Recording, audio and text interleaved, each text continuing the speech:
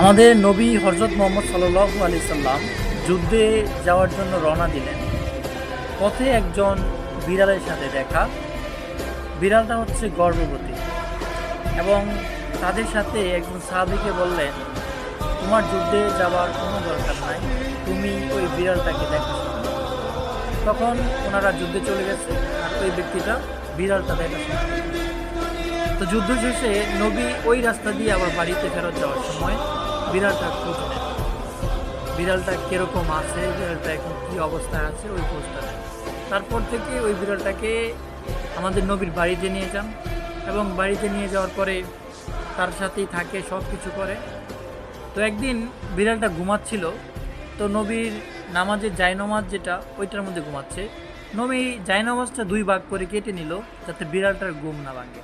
সেইটাই ছিল আমাদের নবী। সেই নবীর নামে অপমান